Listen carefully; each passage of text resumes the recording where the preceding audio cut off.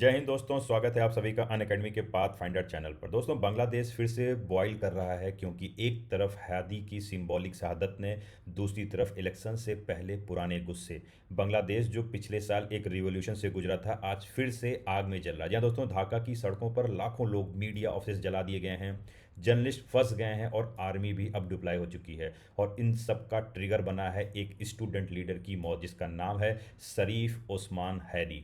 जी हाँ दोस्तों, सवाल सिर्फ ये नहीं है कि हादी को किसने मारा, सवाल ये है कि बांग्लादेश फिर से क्यों टूट रहा है। क्या एंटी इंडिया नैरेटिव और इंडिया चाइना पावर गेम सब एक साथ एक्सप्लोड हो रहे हैं?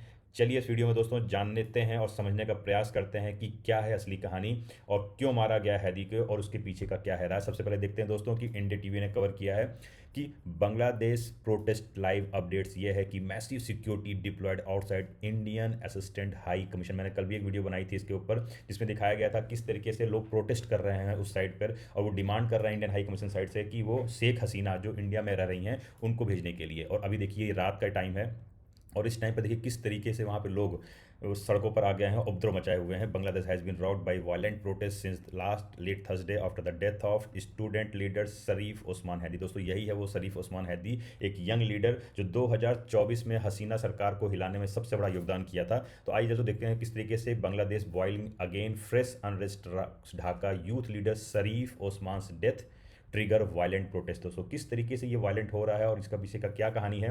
देखिए बांग्लादेश का जो करंट अनरेस्ट है वो एक आइसोलेटेड इंसिडेंट नहीं है। आप जानते होंगे कि मैंने पहले बताया था कि जुलाई 2024 में जब स्टूडेंट अपराइजिंग हुई थी, उस मूवमेंट ने 15 साल से पावर में बैठी शेख हसीना की सरकार को गिरा दिया था। हसीना के बाद आपको पता होगा कि इंटरिम सेटअप आया था जिसमें मोहम्मद यूनिस चीफ एडवाइजर बने थे। लेकिन पावर चेंज के बाद भी दोस्तों वहाँ पर अभी भी अनएम्प्लॉयमेंट बना हुआ है। पॉलिटिकली आप देखोगे रिवेंज अभी भी चल रहा है, जस्टिस डिले हो रहा है और यूथ में फ्रस्ट्रेशन बढ़ती जा रही है। और इन्हीं सब बॉइलिंग फ्रस्ट्रेशन का चेहरा बन के उभरा था ओस्मान हैदी, और वो एक यंग लीडर बन करके उसने अपनी एक पार्टी बनाई जिसके नाम पर वो एक इंडिपेंडेंट इलेक्शन लड़ने की तैयारी कर रहा था और उसी का कैंपेन के लिए गया था और वहीं पे उसके ऊपर अटैक हुआ था। तो आइए देखते हैं कि ये उस्मान हैदी है कौन।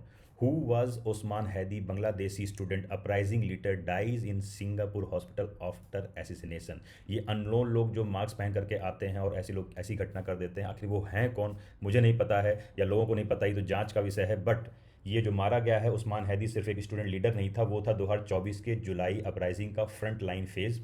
रेडिकल स्टूडेंट ग्रुप जो बना हुआ था जिसका वो लीडर था, इंकलाब मंच का लीडर था वो।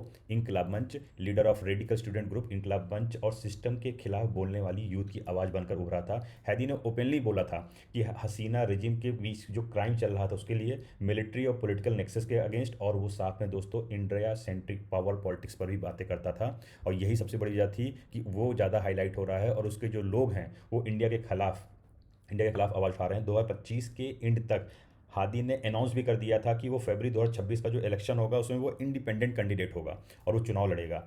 मतलब स्ट्रीट प्रोटेस्ट से लेकर के पार्लियामेंट तक का सफ़र, और यहीं से वो कई लोगों के लिए थ्रेट बन चुका था। और आगे देखते हैं कि किस तरीके से उस पर अटैक हुआ और उसके बाद बांग्लादेश में क्या माहौल बन गया है। उससे पहले देखते हैं अनअकैडमी आईएएस आपकी यूपीएससी की तैयारी को आसान करने के लिए मंथली करंट अफेयर्स की मैगजीन, वीकली न्यूज़ के एनालिसिस, प्रीवियस के क्वेश्चन, करंट अफेयर, और साथ ही आपको हम फ्री में प्रीलिम्स मॉक टेस्ट प्रोवाइड करा रहे हैं। और अगर आप हमारे इस डेडिकेटेड नंबर पर कॉल करते हैं तो हमारे काउंसलर्स आपकी यूपीएससी की जर्नी को आसान करने के लिए आपके डाउट्स को क्लियर करने का प्रयास करेंगे। चलिए दोस्तों आगे देखते हैं कि ये एसेसिनेशन किसने किया और इसके पीछे किसका हाथ था।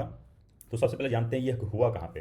ये 12 दिसंबर 2025 की घटना है, जब ढाका के बिजोय नगर एरिया में, ये ढाका का एक पॉश एरिया है, वहाँ पर हादी इलेक्शन कैंपेन के दौरान बैटरी पावर जो रिक्शा जो हमारे यहाँ चलते हैं उस पर वो कर रहा था ताकि लोगों से कनेक्ट हो सके।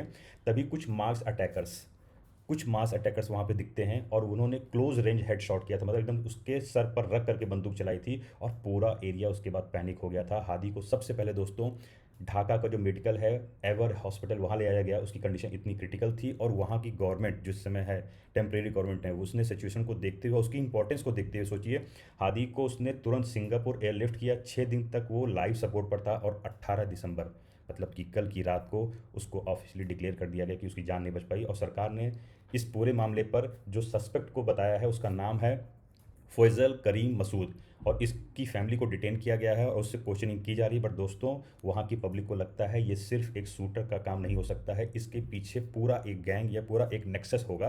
तो देखते हैं कि डेथ के बाद बांग्लादेश में ऐसा क्या हुआ रातों रात कि पूरा बांग्लादेश फिर से जल उठा। हादी की मौत के बाद आप ये देखिए, वो यहाँ का जो न्यूज़ रूम शोरूम है उसको जला दिया गया। ये देखिए पब्लिक वहाँ पे किस तरीके से रोड पर आ गई है और किस तरीके से ऑफिस फिर से जलाए जा रहे हैं। और हादी की मौत के बाद बांग्लादेश लिटरली एक्सप्लोड हो गया है। ढाका हो, चाहे चिटगांव हो, चौराहे चाहे राजशाही हो, हर जहाँ पर प्रोटेस्ट हो रहे हैं। और सबसे शॉकिंग जो मैंने आपको बताया, ये प्रोथम एलो और ये जो डेली स्टार न्यूज़ चैनल है, ये इनके ऑफिस को जला दिया गई। वहाँ की जो मॉब ने जला दिया है। अटैकर्स पूरी तरीके से जो मॉब है वो इकट्ठा हो चुकी है। मॉब्स ने ऑफिस पर हमला भी किया है, आग लगा दे रही है। जर्नलिस्ट जो फंस गए हैं रास्ते में उनको जनता रोक करके उन पर अटैक कर रही है। और वो जो जिनको ऑफिस के अंदर जलाया गया, वहाँ से आवाज़ आ रही है, कांट ब्रीथ स्मोक एवरीवेयर, ऐसे मैसेज आ रहे हैं सामने। और जनता, वहाँ की जो क्राउड है, उसका स्लोगन पता क्या है? उसका स्लोगन है कि हम सब हैदी बनेंगे, इंकलाब जिंदाबाद। और एक स्लोगन और आ रहा है जो इंडिया के लिए काफ़ी ज़्यादा ऐसा है कि सोचने वाली है कि इंडियन इंटरफेरेंस बंद करो। आर्मी को स्ट्रीट्स पर उतारना पड़ा, मीडिया हाउसेस बंद करने पड़े और शहर में दोस्तों कर्फ्यू जैसा इस समय माहौल हो चुका है। और इसी बीच यूनिस सरकार ने एफर्ट करते हुए उस माहौल को शांत करने का प्रयास करने के लिए, जो यूनिस सरकार है उसने क्या किया है कि नेशन को एड्रेस कर उन्होंने बोला कि हादी को कहा कि जुलाई अपराइजिंग का फियरलेस फाइटर है। He was a fearless fighter of the July uprising. और इसके लिए उन्होंने क्या किया है, पूरे स्टेट में एक दिन का शोक दिवस, one day of state morning, national flag को हाफ कर दिया गया है। और 50 लाख रिवॉर्ड दिया जाएगा जो हादी की मौत में इन्वॉल्व हुआ उसकी इन्फॉर्मेशन देने के लिए। और साथ ही दोस्तों, zero tolerance message for killers के लिए दिया गया है। ये सारी चीज़ें हैं दोस्तों, लेकिन प्रॉब्लम ये है कि बांग्लादेश की जो आवाम है वो सिर्फ स्टेटमेंट से शांत अब होने वाली नहीं है। और इसी बीच वहाँ पे एडवाइजरी जारी कर दी गई है। जो इंडिया के लोग वहाँ पर रह रहे हैं, देखिए in the view of ongoing situation, the Indian community members and the Indian students residing in Bangladesh are advise to avoid local travel and minimize their movement outside their living premises. In case of any urgency of need assistant, please reach out of high commission and assistant high commission at the following 24 पर। ये सारे number दिए गए हैं, देखिए दोस्तों, आप यहाँ पे कॉल कर सकते हैं और यहाँ से जो इंडिया की जो हाई कमीशन है उससे कांटेक्ट कर सकते हैं, हर तरीके का सपोर्ट कर सकते हैं। और इंडिया पूरी तरीके से हमारे जो इंडियंस वहाँ पर हैं जो फंसे हैं उनके सपोर्ट के लिए नंबर जारी किया है। और अब आते हैं सबसे इंपॉर्टेंट जियो पोलिटिकल एंगल, अगला है वो है चाइना का एंगल।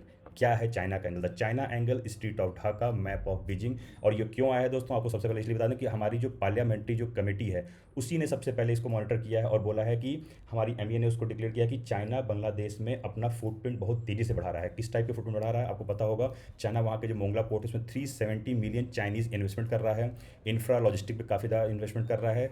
चाइना का इंटरेस्ट है लाल मोनिरहट रीजन जो एक है वहाँ पे इन्वेस्टमेंट करने का। और तीसरा और चौथा, सबसे इंपॉर्टेंट चौथा है कि चाइना वहाँ पे चाहता है पॉलिटिकल इंस्टेबिलिटी। और यही जब पॉलिटिकल इंस्टेबिलिटी आएगी तो वो बीजिंग के लिए एक अपॉर्चुनिटी बनेगी। चाइना हमेशा चाहता है दोस्तों कि बे ऑफ बंगाल में एक डीपर प्रेजेंस उसका बना रहे, जो अभी तक नहीं बन पा रहा है। और वो तभी बन पाएगा जब बांग्लादेश की सरकार में इंस्टेबिलिटी रहेगी और उस सपोर्ट में वो कुछ ऐसे लोकल भाव चीज़ें करेगा जिससे वहाँ पे उसकी प्रेजेंस बढ़ जाए। और साथ ही दोस्तों, इंडिया के नॉर्थ ईस्ट के पास वो लेवरेज पा सके।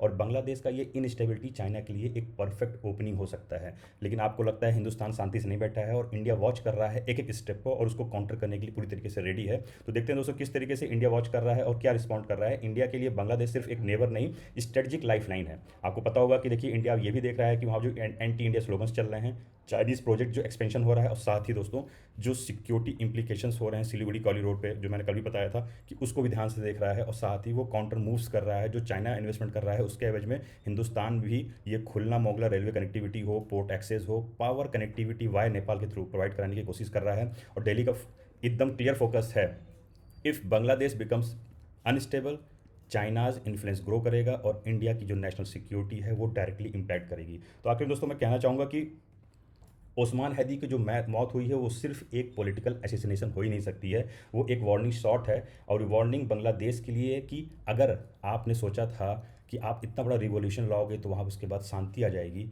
ऐसा कुछ भी नहीं हुआ और फिर से रिवॉल्यूशन भड़क गया है।